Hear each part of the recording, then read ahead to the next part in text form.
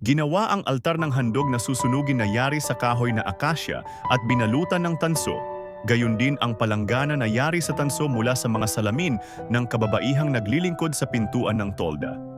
Tinapos din ang looban ng tabernakulo na may mga kurtina, haligi at pintuang may tabing.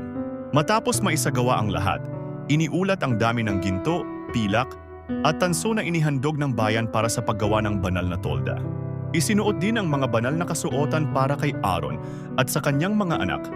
Ang ephod, ang pektoral na may 12 mamahaling bato, ang kasuotang may kulay bughaw na may mga kampanilya at granada sa laylayan, at ang mitra na may gintong plakang nakaukit ng mga salitang banal sa Panginoon. Nang matapos ang lahat ng bahagi, dinala kay Moises ang tabernakulo, ang lahat ng kagamitan at ang mga kasuotan ng mga saserdote. Sinuri niya ang lahat at nakita niyang ginawa ito ayon sa iniutos ng Panginoon, kaya't kanyang pinagpala ang bayan. Sinabi ng Diyos kay Moises na itayo ang tabernakulo sa unang araw ng unang buwan. Inilagay ni Moises ang kaba ng tipan, ang mesa, ang ilawan at ang altar, at inayos ang lahat ayon sa tagubilin ng Diyos. Pinahiran niya ng langis ang tabernakulo at lahat ng kasangkapan upang italaga ito bilang banal. Pinahiran din niya si Aaron at ang kanyang mga anak upang italaga silang mga saserdote.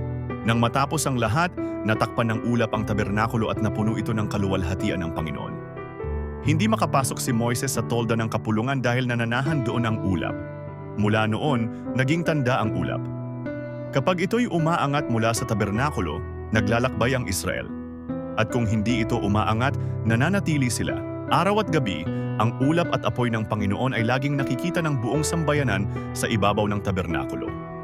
Ito ang pagtatapos ng aklat ng Exodo, kung saan ang Diyos ay nanahan sa gitna ng kanyang bayan. Ipinapakita nito na siya ay tapat sa kanyang tipan at nagnanais na manatili kasama nila. Kung nais mong patuloy na masundan ang mga kwento at aral mula sa Biblia, huwag kalimutang i-like ang video at i-follow ang page.